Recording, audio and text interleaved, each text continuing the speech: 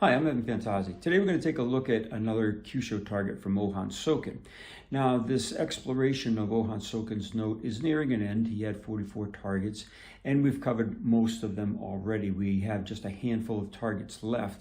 Now, we went from the upper body or the head and the neck region into the body, into the legs, and we're exploring some more of the legs. Now, this target is called Koori.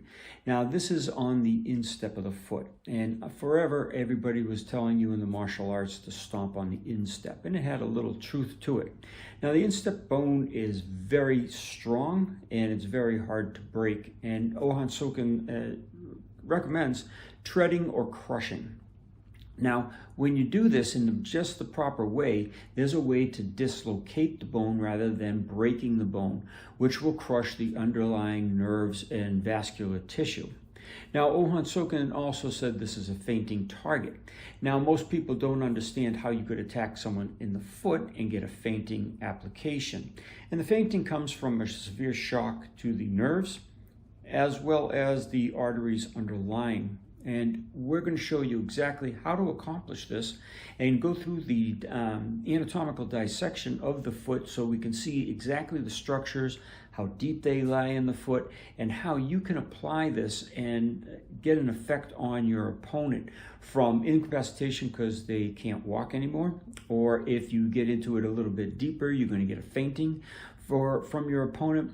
And of course, if you crush the bone or dislocate the bone and crush the underlying nerve and or vascular tissue, you're going to have the person collapse and won't be able to get up again because of the disruption you did to the bones of the foot and the structure of the foot, but also because they're in an unconscious state or an altered state of consciousness.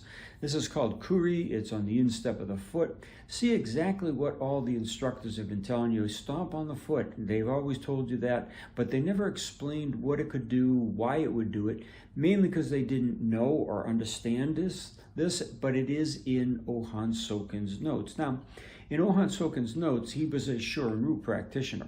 So if you look at Shorin-ryu, it's very akin to karate styles of other types. And you have the crossover steps and the cat stances that could all attack this target and cause the same effect. So we're going to do the anatomical study so you can see the nerve structures, the vascular tissue, the bones, how deep they are, what you have to do to get a quick incapacitation even without dislocating the instep bone or crushing the instep bone. Now that, of course, in the old application would probably be the thing. You stomp on the foot hard enough to crush the underlying structures and dislocate that bone.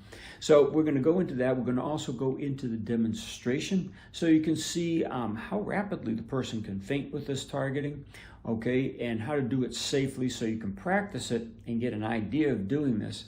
Now, this is not as practical as one might think. In the dojo, everybody's barefoot, of course, so it's easy to accomplish.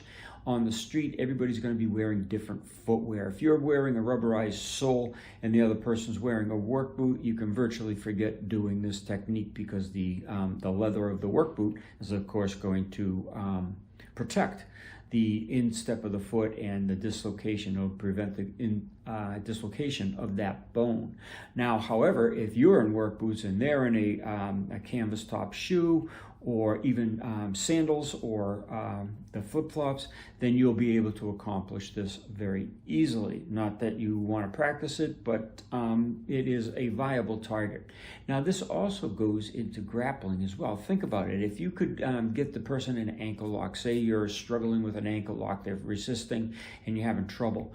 If you shifted your attention to the foot, you could incapacitate the person by lowering their blood pressure and still causing the fainting.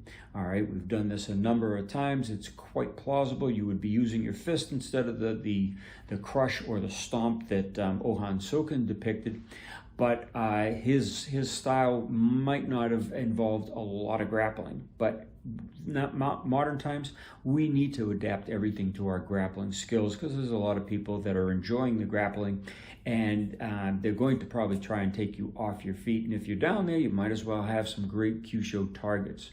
And that just goes to show you the power of these targets. It's not the methodology that you need to use on them, all right? It's the application of them and the knowledge of them and how they work. Now, you can work it just as easily with your hands as you can with your feet. You could drop a knee in the correct manner and catch it as well. So there's a lot of different things you can do with these targets, and why I think everybody should be studying these. They're very viable targets. They're the bedrock of karate because they've been involved in so many different styles. So again, this is called Koori. Please stay tuned. We'll go into the anatomical dissection as well as the physical demonstration of this technique or this Kyusho target.